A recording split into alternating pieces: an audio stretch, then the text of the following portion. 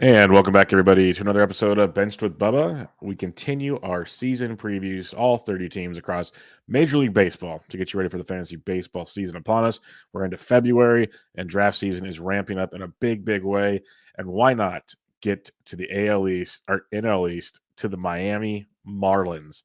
And of all people to join me to talk Miami Marlins baseball, good friend of mine, good friend of the show, co-partner, founder, owner, however you want to say it, of Gaining the Edge Fantasy with myself, Michael Simeone, and Jorge Montanez. You can find him also at The Athletic, at Fantasy Pros, and the man behind the Bases Loaded podcast. He's on Twitter at Mike_Kurland. Mike Kurland, how you doing, my friend? I'm so much better now that I'm here with you, Bubba. Is that So is that what you want to hear? it sounded so honest and sincere.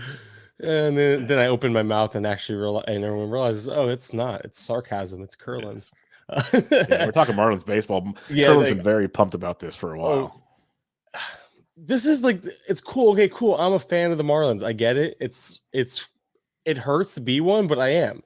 And then I realized we had this discussion, like, who else is there in the fantasy circles that really are a fan of the Marlins? And I realized kind of alone, kind of on this island, and nobody's really rushing over here to save me or be a part of it. So here I am on, probably, I think I have 2 more Marlins previews coming up. Shocker, You're the man. You're the man for the job. It's a beautiful thing.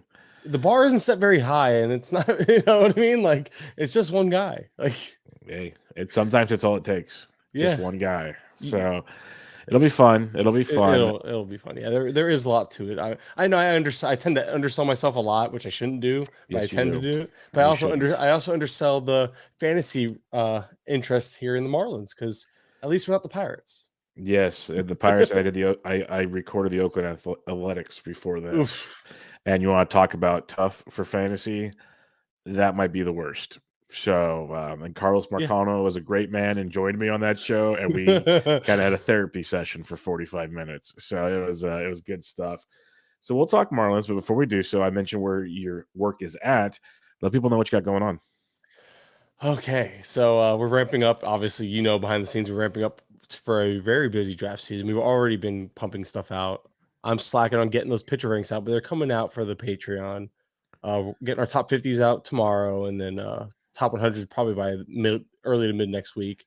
So we got that going on. We have Fantasy Pros. I just started writing there. So dropped a spring training, like what I watch out for in a typical spring training, because the World Baseball Classic isn't typical. And you know what else isn't typical? The last few years of spring training. So with all that said, though, I'm actually coming up with, and you guys are helping me behind the scenes figure out how I can still bring a unique spin to spring training this year. So that's a whole nother discussion, but that's a whole nother game plan going on behind the scenes. The Athletic, you mentioned, I got stuff there coming out soon, 40-man stuff where I actually have a list of a lot of names of every single team's obscure names of just most likely AL, NL only type of formats. This will really benefit, and maybe some DCs if you're into draft and hold formats. It's going to be basically going through every single team's 40-man and just picking out some really obscure names that could just find ways in the playing time via injury or performance in the minors, or just maybe have a big spring training with an added look this year. So that's the type of thing I'm kind of focusing on right now, kind of really honing in on the deeper league stuff. And the YouTube, obviously, I have a video I'm recording tomorrow. Yeah, there it is. I know. The one thing that it's also a Gaining the Edge product. It is youtube.com/@GTE Fantasy, which is something you'll find from pretty much everything I do. Patreon.com/GTE Fantasy. And so that's like the big 2 things right now is the Patreon and the YouTube. And then, of course, the Athletic and Fantasy Pros for written content on top of all that. So Kurland's busy. I do this for stuff every year, man. I know. That's not how the season started, and we all said it was going to happen, and you said no, it wouldn't, and here we are. So, but it's because it's the way your brain works, and we're not going to go on a whole podcast about this, but we love that. It's concentrated. It's concentrated on certain niches. I'm holding true to the niche work. I really am. Just trying to fine tune it, because the WBC, I didn't realize it until you spilled it out to us like yesterday or today or whatever. I think it was today. It really opened my eyes, like, oh yeah, that's going to make lineup tracking really tricky when half the main players aren't even going to be around. I get one strong week of, and I would think that the teams are going to utilize their players normally for that week just to get them ramped up for the WBC so they don't go in getting injured, more likely, but also they want to see what they have and tinker with their own stuff. And not a lot of teams really slow play their spring training stuff. And then of course, as teams fall in and out or fall out of the contention, you'll have players return to the lineup. So some teams will get some more run than others in terms of looks. So it's going to be an ongoing process of just balancing all this stuff all year, all season, all spring training, I should say. But there are some teams that are largely unaffected. So there are still going to be some teams worth watching. It's just going to be a matter of, I actually had Jordan from our chat. He emailed me. I haven't had a chance to look at it yet, but he went through every single roster for me and picked out every major league player on a WBC roster, and not even the official rosters, the unofficial rosters, 40 or 50 man rosters, the 50-man rosters right now. So as people drop out, he's like, yeah, I'm just going to drop the news in our, which he's like, that's his thing. WBC king. It's impressive. So I want to give him, his props. Like he did a lot of legwork. I shared him my little list, and I don't even think he looked at my little list I had going because I spent about an hour or so today collecting names. So, and he just went above and beyond. So I'm looking forward to taking that, because what I'm going to do is take that and then that's going to leave myself to tracking, which I'll share with the Patreon. I'm going to be tracking who's in and out of lineups and who re-enters, and as they re-enter, how it shifts the lineup around. And so it's going to still be a very unique niche product. And there is a lot of carryover, at least to the early part of the season, a lot of the time. So I am a little frustrated that we don't get quite that sample again in spring training. But I think it's still going to be something worth tracking, just for the fact that maybe we do get an extra name or two versus maybe the larger handful we get entering the year in a given season. So ultimately, I will find a way to still do something unique with it. It's just going to be challenging and something I need to keep up with daily, more so than usual, probably, which is just bring it at this point. Bring it on, man. That's what Kurland lives for. That's what he lives for, folks. Don't let him tell you otherwise. The challenge is always fun, man. I think when we start here with the Marlins, one thing we can both agree on is, as rough as things can be, there's one guy that we both love a lot. And he's on the cover of MLB The Show 2023, and he's swagged out. And if he could ever just stay healthy, God, he'd be amazing. And I'm talking about the one, the only Jazz Chisholm, ADP of around 47 over the last couple of weeks, according to DC's. Like, he's always like 14 homers, 12 steals at 254 in 60 games. That's some pretty serious pacing if you want to play that game. But the talent's legit. It's just stay healthy. And now he might play center field, it sounds like. It's like going to. He's going to play center field. So how are you looking at Jazz and drafts? Because I love Jazz. I know you love Jazz. It's just there's a lot of risk involved with Jazz. We're not even talking about the smooth sounds of Jazz. We're talking about Jazz Chisholm. Yeah, and honestly, I go back and forth here with Jazz in terms of how I feel about him playing center field, because, and I'm sure you've been watching this game for a long time, playing fantasy and being an analyst for a long time. You've seen players learning new positions be a huge issue for them offensively. However, that's usually when a player is being forced to learn a new position.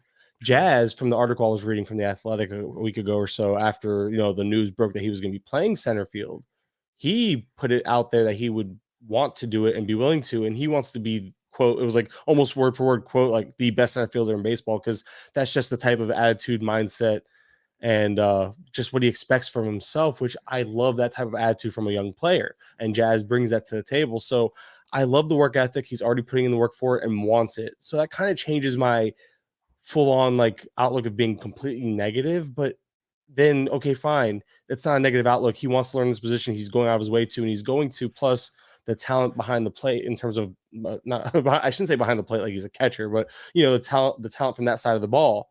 I think that'll already kind of just play up to what it is. I'm not too worried about that regressing in a negative manner because of this as much, but it's just one of those things that, how healthy can he stay in center field? It's a more demanding, physically demanding position that requires him to be more athletic than second base, requires him to exercise those legs that tend to get hurt. Groins are more prone to injury out there, hamstrings, etc., calves, walls, Eloy.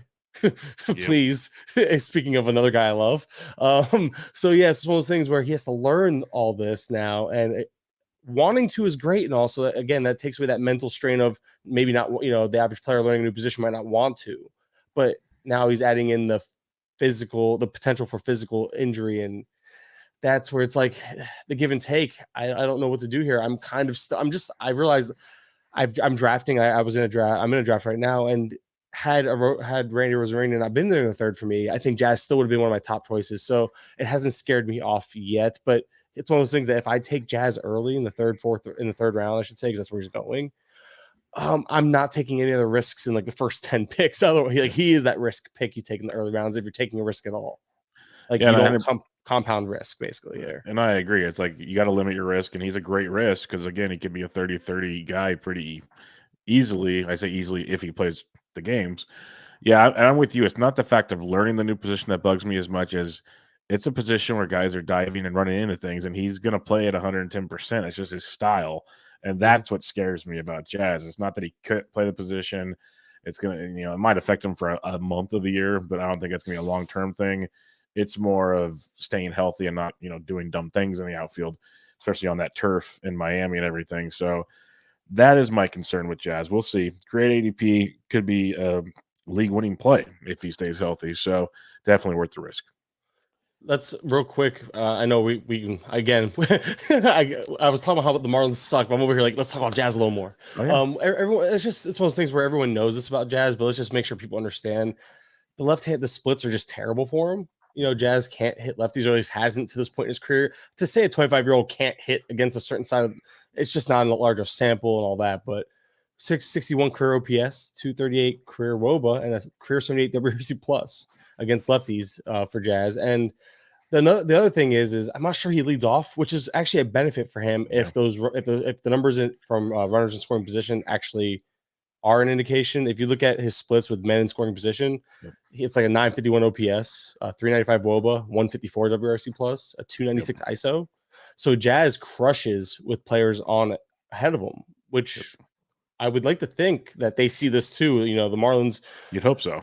You can argue that the Marlins aren't the best in terms of some things, but the number, if us regular people are seeing this, you got to think that maybe Jazz bats second or third with the idea of there's going to be players ahead of him now that can definitely set the table for him. Yeah, I saw those Jazz like on base guys and like players on base hitting stats and everything recently, and I was just like blown away. And because at first I saw Roster Resource like a couple weeks ago, he's hitting third or fourth. I'm like, what are they doing? And then I saw those stats, and I'm like, that makes sense. You got Arraez, you got Segura in front of them that can get on base. That's interesting. That's really interesting. So I'm intrigued. I'm not completely out on Jazz. It's just I'm very cautious with Jazz and drafts right now. We'll see how that goes.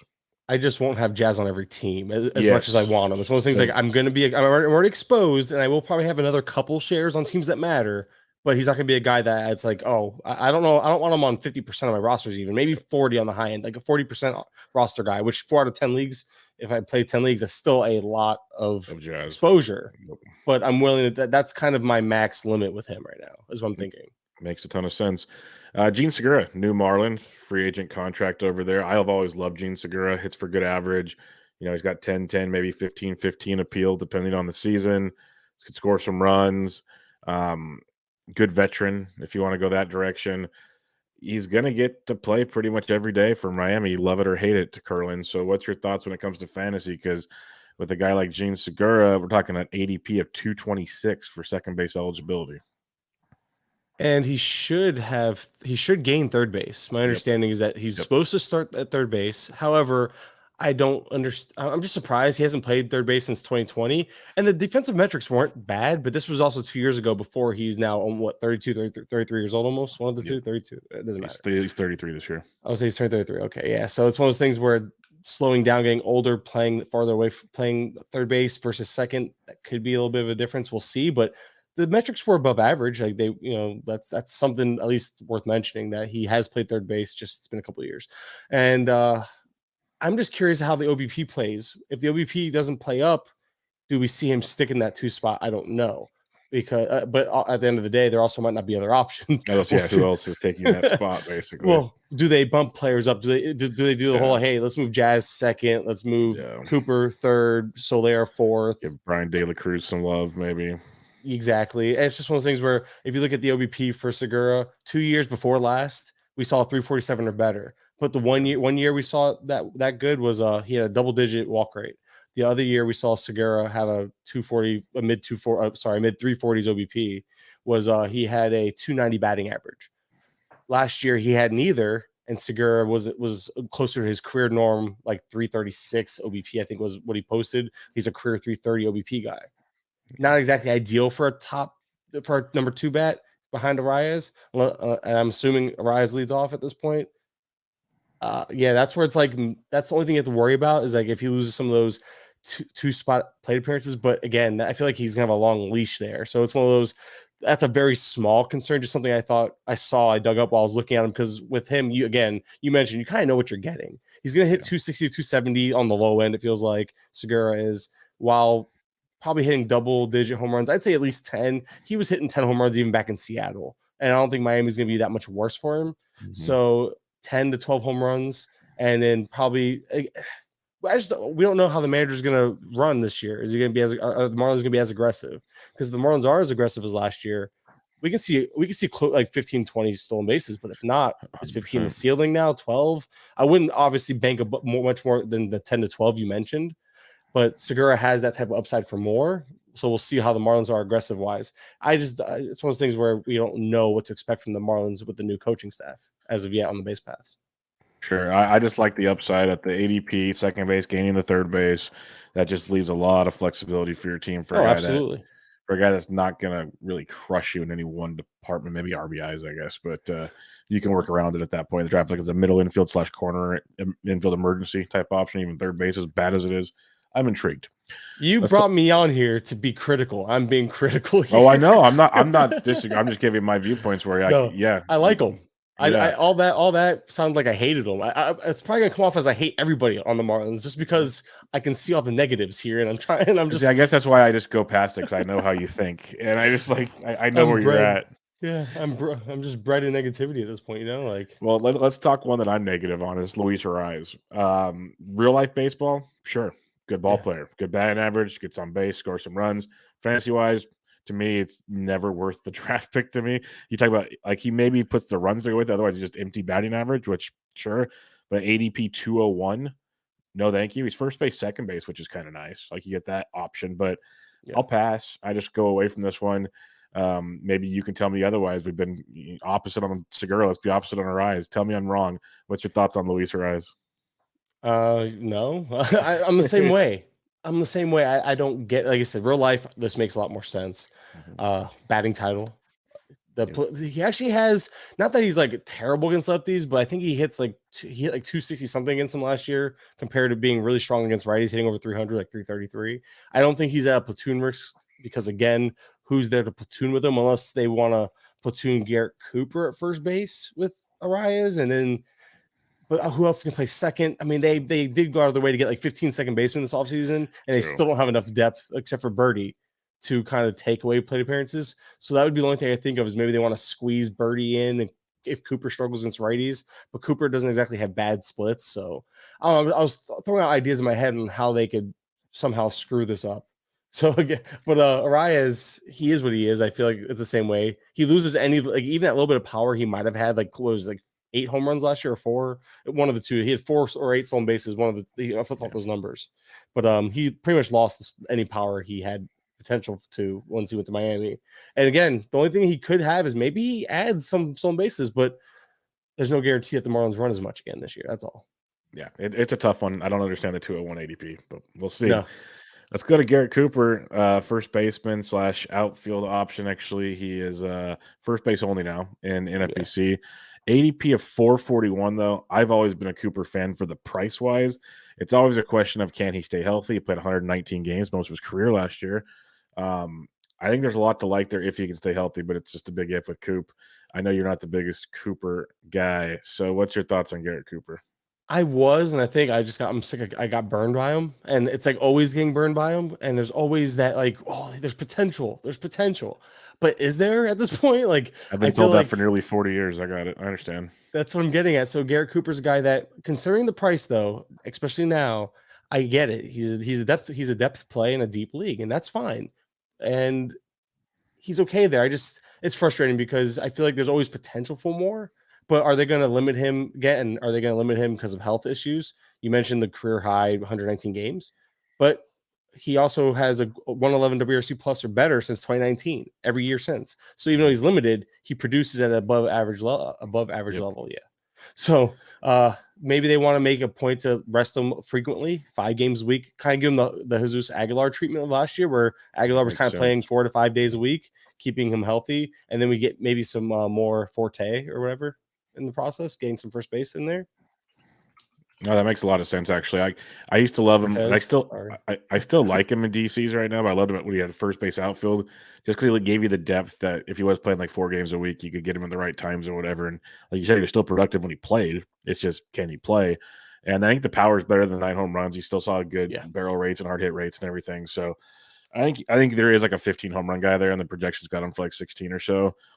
At 441, deep formats, sure, but it's not as enticing as it was probably for any of us a couple of years ago. I agree with you there, but I think at the price, I think there's still something we have not seen yet from Garrett Cooper. Yeah, it's all a matter of him staying healthy, and the problem is we just can't even say those words really out loud. You know what I mean? Like, if he stays healthy, it's one of those things where that if is like it's almost like a pipe dream now, because I just have a heart. It's just never happened, and at what point do we stop expecting it to possibly happen?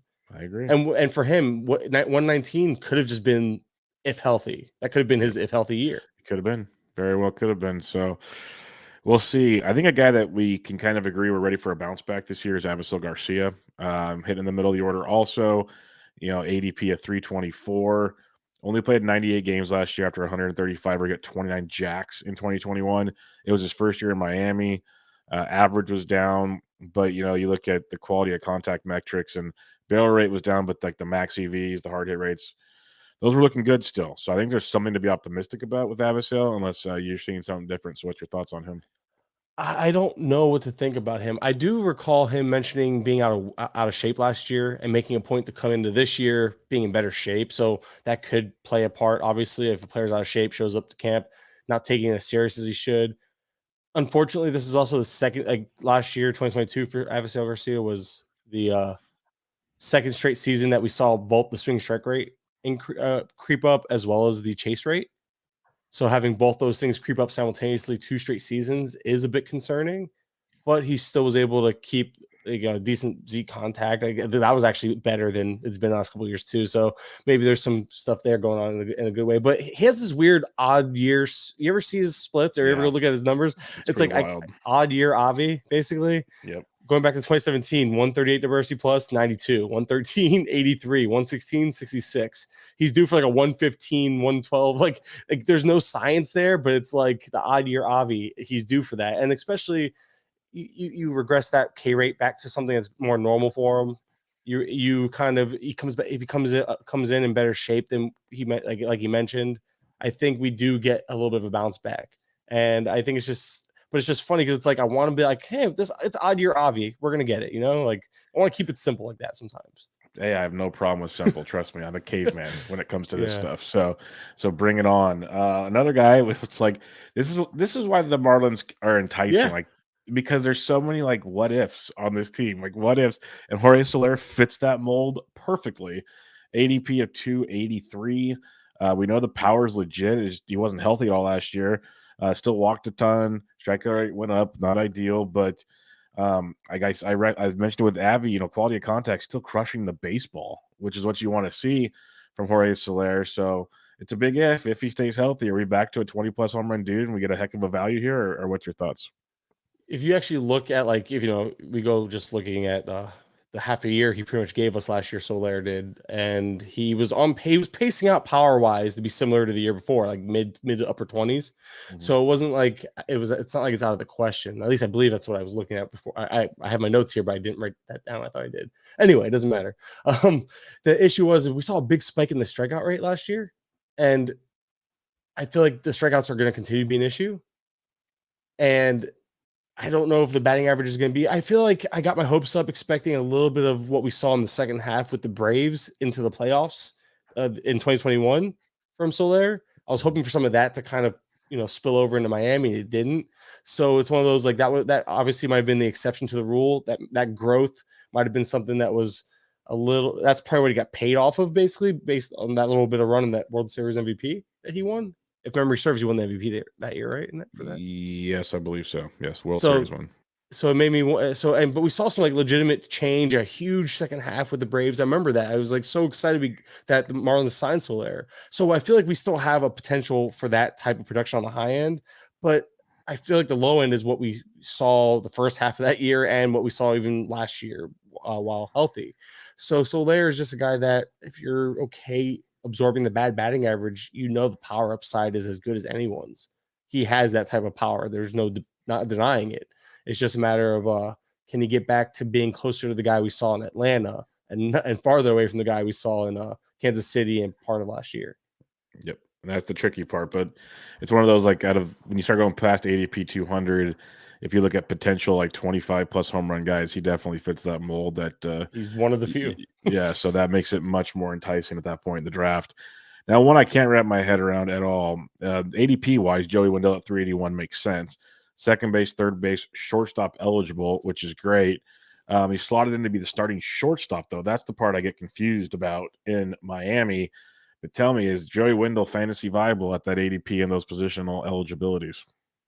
That's the only thing that saves him is the eligibilities. I don't see there's no skill set here that is intriguing to me. At one point, I think he looked like the type of guy that had like 20 stolen base upside a couple years back, if memory serves. I remember 16 steals in 2018. That's what it was. Yeah, I remember everyone was like, because I remember being in on them for that idea of like, oh, look, he can steal those bases, but if he's not, I don't know if he's gonna be able to steal those bases. I don't know if he can stay healthy at this point. Like, I'm not sure if I could buy into that.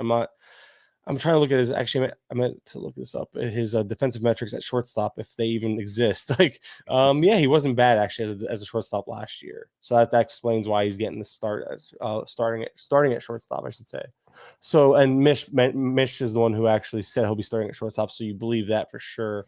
All things considered, though, fantasy wise, stolen base potential. He had 12 last year in just 371 plate appearances. You're only taking him for that and the positional flexibility because he's the closest thing to a rabbit on this team probably, besides Birdie. But Birdie doesn't have a starting role. But I'm trying to find something here, and it's the positional flexibility just for in case of injuries and if you're chasing steals on a desperate situation. Yeah, he's one of those guys that the flexibility at 381 in a DC comes in handy that late just to give you that roster depth, but you don't expect a ton when all things are said and done. Bryan De La Cruz in the outfield had a big finish to the season, like average wise, contact wise, was very, very good. ADP of 231 right now, 13 homers, 4 steals last year at 252. Like I said, the second half, or at least the last month or two, was very, very strong. Are we buying into that finish of the season, or are we buying into the total package of Bryan De La Cruz? I didn't see, so I I want to believe, but I don't know, man. It's hard to buy it. It was a 94 plate appearance September, October. It was 94 plate appearance, October, September, whatever you want to call it. And he had 6 home runs, hit 388, 419, 718. This is Bryan De La Cruz I'm talking about, with a 329 ISO, 215 WRC plus, a 17.7% barrel rate, and a 52.9% hard hit rate. Those are like MVP type numbers. Yeah. He had the lowest ground ball and the highest pull percentage of the year during the span, too. So there was an obvious approach change. And I believe he went down to the minors, fixed some stuff, or made some adjustments, came back up. I think it was him and Jesus Sanchez that both did that, or actually made a point to go try to adjust things and come back up. But then the Dominican Winter League happened, and I'm pretty sure De La Cruz, if memory serves, was rough around the edges. And that concerns me because if he can't find success there coming off that hot finish, why is he going to why would that carry over to when the games matter against like better, competition? True. And that's where I get a little concerned, and I'm not sure if I'm buying in. Plus, if you look at the Marlins lineup, they are struggling for some left-handed power in that bottom half of that lineup, even towards the middle. And Jesus Sanchez, they might not be ready to give up on him yet. And now that they don't need De La Cruz to necessarily play center because they're going to have Jazz playing center, I don't know if De La Cruz. I think it's going to be a legit. I mean, unless we see something that states otherwise, I don't see why they wouldn't let them battle it out in spring. Well, let's talk Sanchez real quick then, because like I said, De La Cruz has an ADP of basically 231, and we got God damn it. When you think Jesus Sanchez, it's 446. Like, are you taking the 446 on Sanchez as a gamble, or are you sticking with De La Cruz much earlier? I haven't found myself getting De La Cruz as much as I'm intrigued. I'm not exactly out on him. It's just one of those things where I feel like either I address outfield differently, or I think because it's like one of those things where it was De La Cruz and like Lars Nootbaar at one point going right by each other. And I was like, I got Lars 10 times out of 10, so I never got De La Cruz. And then it's like I think at this point I'm building outfield out to where I don't end up with De La Cruz because I have guys I have ranked ahead of him, like 3 or 4 of them already by the time I get to them. So I think that's part of why I'm all, but I think it's also you almost I don't know, I feel like you're paying a lot. I think it's a high price to pay for somebody who had one strong month at the end of the year when you're facing the weakest competition in pitching as well. You have guys coming up just getting by. You have the worst catchers, catchers that are just getting by, might not know how to call a game properly. These weird things that people don't necessarily factor in, and you can't really put that in the numbers anyway, unless you go game by game, look at who the catcher and pitcher combos were. True. And even then, how you quantify a badly called game from a catcher, right? Makes a lot of sense, yeah. So it's one of those things where the more I dive in, the more it's like I just find myself not. I guess I can't say I'm out. I can't say I'm in on a guy if I don't have any shares on like 6 teams already. So yeah. I guess I am out. I just don't want to say I'm out because I would take him at the right price, is what it is. I guess that price hasn't been the price for me. Well, let's talk Jon Berti then. Talking about the price of Jon Berti, 41 steals last year, that monstrous run. Then he got hurt, disappeared. 102 games was the most of his career by over 17 games in 2021. He's second base, third base eligible. Like you mentioned earlier, doesn't have a set starting job.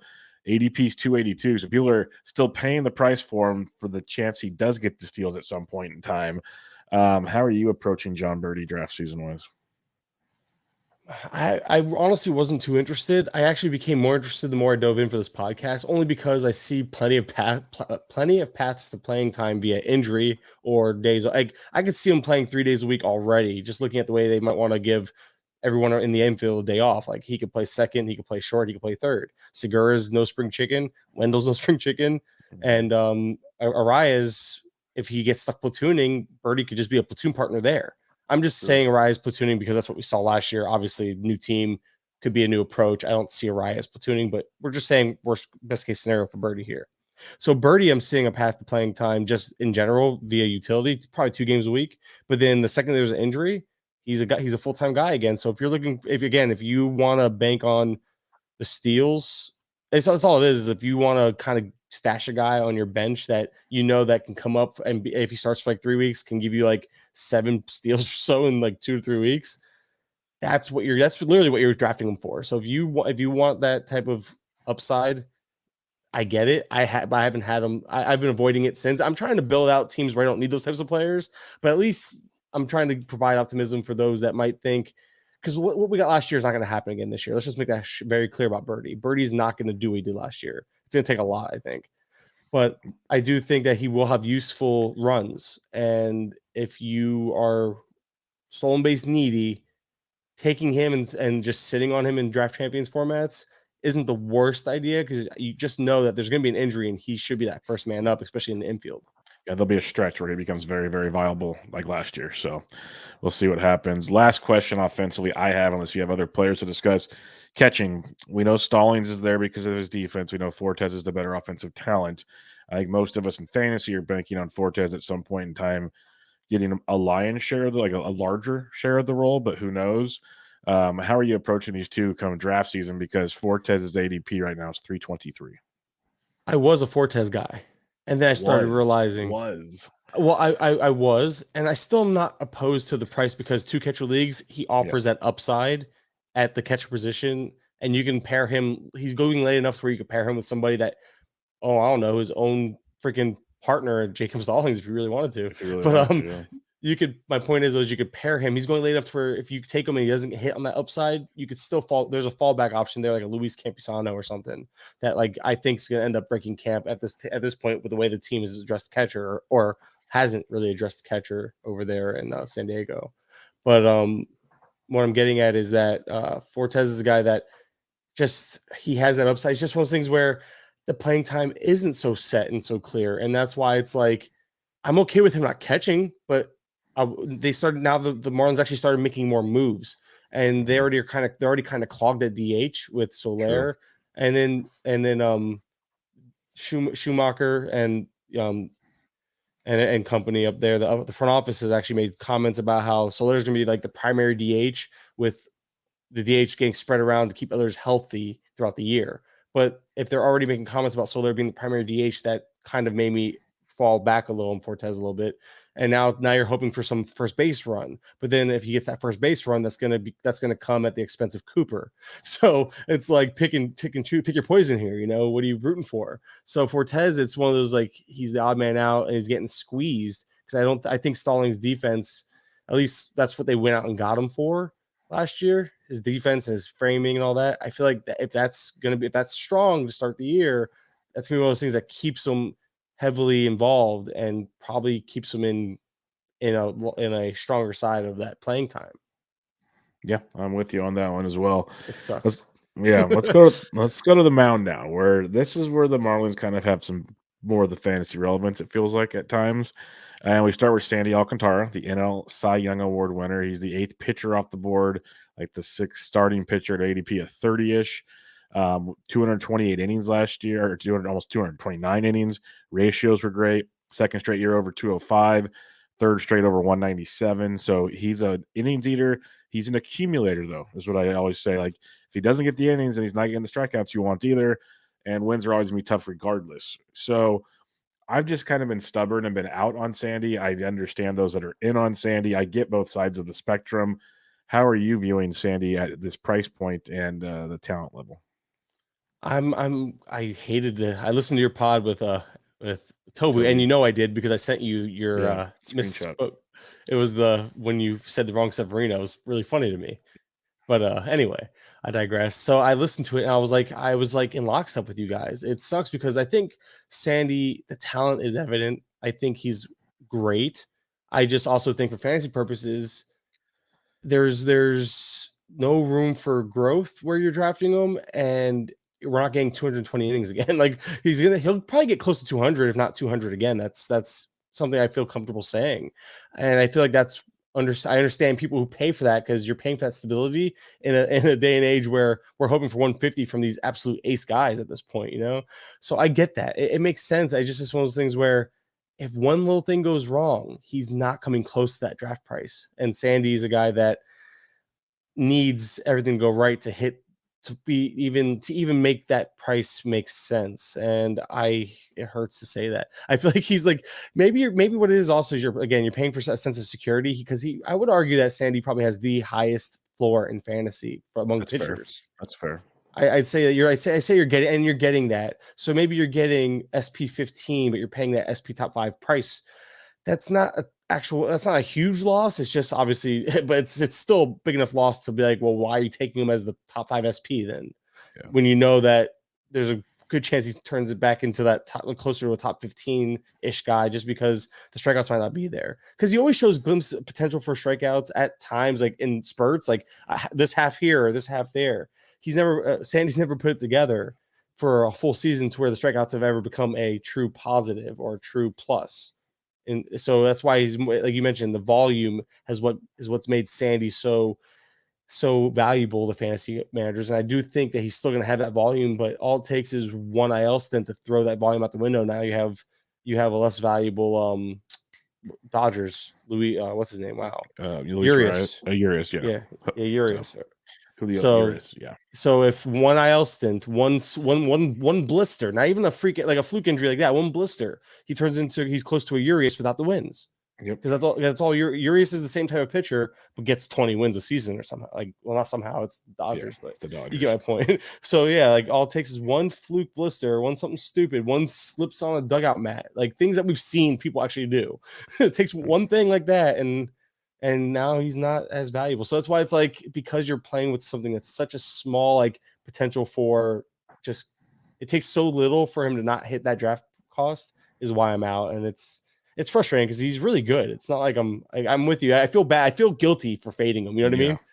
Yeah, I'm with you. Like, I feel dirty for it. And like, that's why I preface him. Like, if anybody likes him, this is not a slight on you. It's just it's like the way I view it with he has to pitch the innings. And if he doesn't, he's a very good pitcher, but he's not a 30th overall draft pick. Like that's the kicker when it comes to the Sandy Man. So it's an Yeah. interesting discussion, and it's at least starting to sound like there's more people that agree with us slowly that are coming out and admitting it than there were before.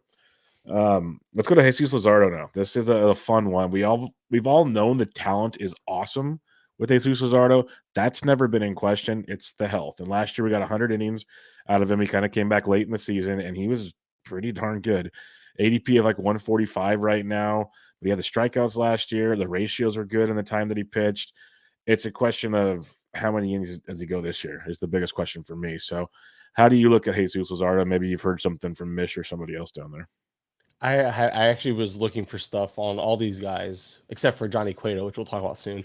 But Yeah. I was looking up articles on all these guys just to check in on their health to see if I could find anything that suggests maybe they went to like work at Driveline or just stuff that Yeah. we might be missing on Twitter. I found nothing. It's probably because it's still only February, early February. But usually by now we get those Driveline notices. That's why I was like, maybe I'll find something, but no, nothing. Luzardo, 8 of his final 9 starts, he went 6+ innings. So it's like, so he was being efficient, which is great. I want to see the velo this spring, just because when he returned, it was a little down, and then it did trend up towards the end of the year, but it never quite returned to where it started at last year. So the velo, not necessarily an issue, just something I want to see with Jesus. Something I want to see with Jesus Luzardo. I'm trying to say the name, and I apologize. Also, I want to see how his pitch mix goes because again, it was just such a small sample. When he returned, he did something and then kind of changed his pitch mix the final month as well. And he found success both ways. So was it just a matter of matchups? Was it a matter of not getting maybe got more comfortable with the four seamer because he was throwing the four seamer more, dipped back on the changeup, even though the changeup's a really strong pitch for him. And it was one of those things I just want to see how he starts the year off and his choice of pitch mix. So more so just curious to see how it goes. But all that to say that like I'm really in on him. I really like what we saw and how he came back healthy and finished the year strong, especially with those again 8 and 9 starts going 6+. I think that's a really, really good indication of health. So Luzardo's not a guy I'm really worried about health wise, but him, Cabrera, who's on the list, I'll just real quick about Cabrera was the innings as well. I don't know what to expect with innings limits for these guys. So Yeah. this could open up just more time for other guys on the fringe here. Which is good because there's a bunch of fringe options, which we'll talk about. So it kind of helps with that. And like they're more fringe guys now because Johnny Cueto is on the Marlins. And this was like one of those, I guess, like from this is again a real life baseball kind of made Yeah. sense. He was cheap. He's going to be innings. He's a veteran presence. Like there's anything you Mhm. want to point to makes sense. Fantasy wise, we like to joke around about how like there's helium and there's this and that. But when it comes to Johnny Cueto, still an ADP in the 470s. So people have not bitten into that. All the innings last year, ratios were better than they've been in a long time. Didn't strike anybody out. I don't see a lot of that change in Kurland. Do you see anything worth gravitating to Johnny Cueto for? Outside of DCs or NL only, it's just that's it. Like Cueto, he's fun to watch because he does like all Yeah. those weird movements and stuff. But Yeah, he'll be great for the clubhouse. He'll be phenomenal for the yeah, clubhouse. I Hopefully, he think brings that's a his bit. horses. It'll be a great time. Oh, the You mentioned Edward. Stallions. Remember that thing? That was the whole Yep. thing with Oh, we've got a Miami. bunch of that stuff. Oh yeah. Edward Cabrera, you mentioned him briefly. He's got an ADP at 226. So you mentioned the innings concerns with him. Was there anything else you wanted to touch on with Mr. Edward Cabrera, who only threw between AAA and the bigs last year, threw close to 100 innings? It was 110. I think I counted. Hmm. Regardless, there are some walk concerns, but everyone speaks so highly of him and his potential to get better. And if there's a team that you believe in when it comes to developing pitching, it is the Marlins. So Edward Cabrera having the arsenal he had 3 pitches last year with like a 32% O swing or better, with the changeup having a 42.7% O swing. So he gets chases on his pitches. It's just a matter of can he also induce swinging strikes, because I noticed those rates were kind of on the lower end, especially expecting how much like strikeout stuff he has. I know the stuff's there. He also faced more lefties than righties, which is really weird for any pitcher, I feel like. But he faced more lefties than righties, at least innings pitched versus lefties, righties from what I was looking at on the splits. I was like, that was really intriguing at the major league level. But it's good because he has him and Luzardo both have. I think Luzardo has 4 pitches and Edward Cabrera has 5, and they both have 2 that they are able to attack lefties with. So that gives them the fact that they can both attack both sides of the plate with different pitch mixes and stuff. But Cabrera, I just found it really intriguing the way he has so much potential, and I really like betting on the potential in this rotation with this development team, because you mentioned the Marlins are good at one thing, and that's developing pitching, because they can't develop a hitter for their lives. That's why they trade for them, and that's why they well, I would say sign, but they don't make good signings. They sign terrible hitters apparently. But yes, Edward Cabrera is a very, very solid upside play. If you've built out a really strong staff for fantasy, Cabrera is that wild card that you take maybe as your like SP5 that has like huge upside, but just know that he dealt with what was it, 1 or 2 bicep injuries last year. It was, and he like 2. I think it was 2. I think it was like he was recovering from one, and then it flared back up or something. Yeah. So it was one of those things where, just like the nature of the position is more likely for injury. So that's the thing you have to worry about with him, though. And again, the innings and so there's innings issues because of injuries, and then walks issues. So there's a little bit of, but it makes sense. It's all built into the price. I just don't think there's many players there with that type of upside where he's going. So the price tag is really, really intriguing. Yeah, I'm with you. There's so much talent there. Just keep it on the field, like you're saying. We could have a lot of fun. The battle for the 5th starting pitcher job: Trevor Rogers, ADP 258, Braxton Garrett 365. I'm a team Braxton Garrett guy, and that's why I was really angry when Cueto got signed. Yeah. I think there's still something there with Rogers too. We saw how nasty last year was when he came back from his injury. A little better. He's still so young. I think there's hope for both these guys, but it'll be an interesting battle. So, how do you look at Trevor Rogers and Braxton Garrett? I look at it from a fantasy perspective that Rogers has the upside where Garrett has the floor, especially because we saw how Rogers the splits weren't as good as they probably should have been for Rogers. Rogers just, I feel like that it was the fastball got just hit hard in the second half. But when you saw Rogers under the hood in the second half, we had a 3.72 FIP, a 2.75 xFIP, and a 3.03 Sierra with a 22.7% K minus walk rate. The bad was the 20% home run fly ball rate and a below average strand rate and a 356 BABIP. So he had bad luck on top of bad home run, on top of giving up too many home runs in the second half. But Rogers was starting to figure it out, increase the 4-seamer usage, decrease the slider usage, and increase the changeup usage. So there was a change of pitch mix. He was starting to get a feel for things, and it just wasn't completely materializing. But we saw it coming. We saw it improving, especially under the hood, which is what we like to bank on, not the actual, ERA. So Rogers, I feel like plus we've seen Rogers actually succeed at the big league level. Not to say that Braxton Garrett didn't. He's just Braxton Garrett. Like what he showed us was just solid. Like, okay, you're good for a 2-start week, maybe a national, a 1-start week against the Nationals type of guy, which has uses in deeper formats for sure. And it goes back to these guys not being able to stay healthy. He'll probably get 100+ innings in this rotation anyway. So draft them both. I feel like if he doesn't just straight up beat out Rogers, both these guys are going to find their way into this rotation, given the likelihood of some of these other guys missing time or needing Phantom IL stint, Yep. And that's gonna they'll get their time, like you said. So I'm still kind of buying into both. Especially Garrett at his price, but I don't dislike the Rogers thing. I like the comps of floor ceiling between the two as being quite interesting. Now we look at the bullpen. This is where it gets fun. Like Flora seemed like he was the guy for a long time. We saw Tanner Scott get his at times. He's done that throughout his career, wherever he's been. It sneaks in a few here and there. Then they go and trade for Matt Barnes, who's kind of feels like a right-handed version of Tanner Scott. So that's annoying. I always thought like Floro's gig because he was the best option. Plus, they want to trade him. So I'm curious, how do you look at the back end of the Marlins bullpen, just assuming they get wins to even qualify? Hey now. Hey, Barnes put up a 1.59 ERA last year in the second half. Okay, so there's something actually. there. Yeah, but in all reality, I'm not expecting much. I mean, still, I mean, we're talking about a couple guys that are just. It's probably gonna. I think Floro probably earned at least to start with the role because he finished with it. I feel like he'll just get a chance to run with it to start. I do think this kind of takes Tanner Scott out of it, unless it's a heavy lefty.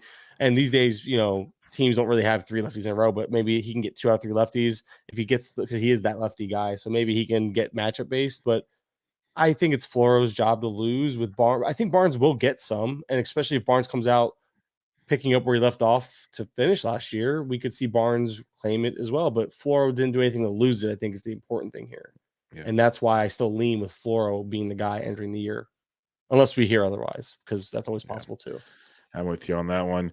Any other hitters or pitchers we did not discuss besides the prospects we'll discuss shortly that are worth fantasy interest to you? You mentioned Jesus Sanchez. I did pull up De La Cruz's Dominican Winter League, and he had like a 632 OPS in the Dominican Winter League this offseason. Not ideal. Let's put it that way. Only 33 at bats or plate appearances, excuse me, or sorry, 33 games. No, it was small like sample. No, 33 games, not at bats. I lied. 136 PA. So it's still a small sample, but small but decent, still. A larger small sample. Yeah. But still, my point is, though, is it's like we're talking about what type of players did he face there? You know what I mean? Like, yep. That's where it gets kind of interesting. Like, he wasn't facing MLB talent there. So why couldn't he carry over that small time success? Was he just not maybe out of his element, not with his certain coaches? And that's why you can't judge that Winter League performance, but it was something that's like, well, why couldn't he at least follow it up with a mediocre outing, but sub 700 OPS? Something. Yeah, I'm with you on that one. Anyway, I guess if nothing else, that was worth circling back and discussing and mentioning. Any prospects that could have a potential fantasy impact this year? Or are we just kind of stuck with what we got when it comes to, like, is JJ Bleday finally going to happen, or what do we got when it comes to prospects for the Marlins? I just don't trust the Marlins when it comes to developing hitters. So if they couldn't make, Bleday is probably going to be one of the first guys.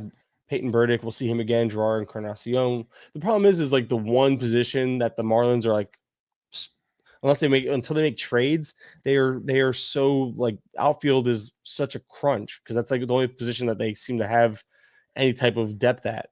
But in terms of middle infield, 2 guys I wanted to mention just because they're new to the team and they actually have probably the easiest path to playing time, given that, again, an injury to Wendell, and if they don't believe in Birdie, it'd be Xavier Edwards, who they went out and grabbed from the Rays, who's a speed first guy. So I wouldn't expect any power there, but a guy who stole last year, just 7 stolen bases, but years before that, 19, 14, 20, like the guy's stolen bases at multiple levels, decent plate discipline, sub 20% K rate at every stop, double-digit walk rates the last 2 stops.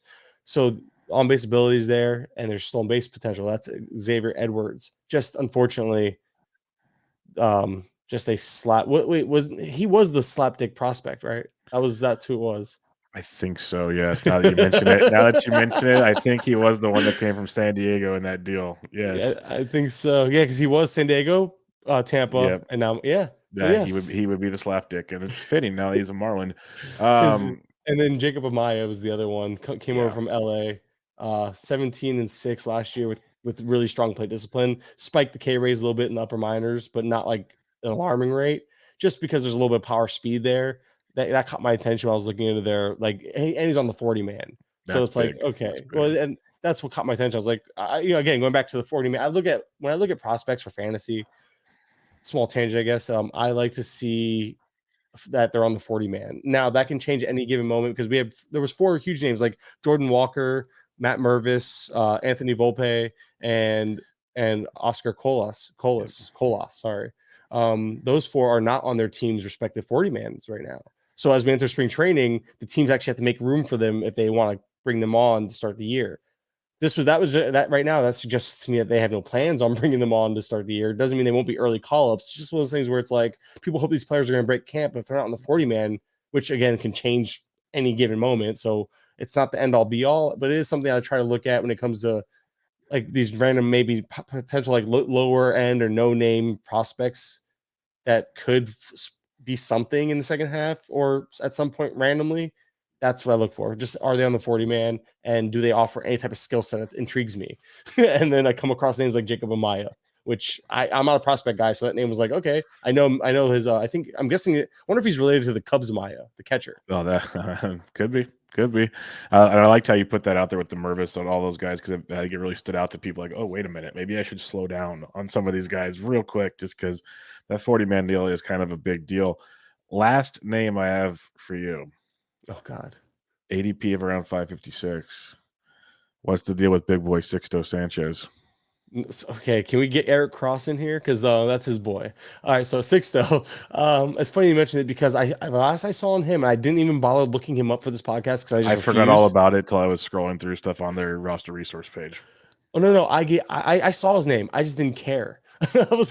I noticed them. It was one of those things where because it was funny. I think it was like a month ago. We saw a video of him long tossing again, and I'm like, is this just are they just re-releasing footage? Is this like they're just like pulling a Tom Brady and just like this time last year they did the same thing, you know? Yep. And it's just I saw him. I'm like, okay, cool. He's long tossing again. We haven't seen him throw a ball in a meaningful way in like 2 full seasons. It feels like 2 years now. Yep.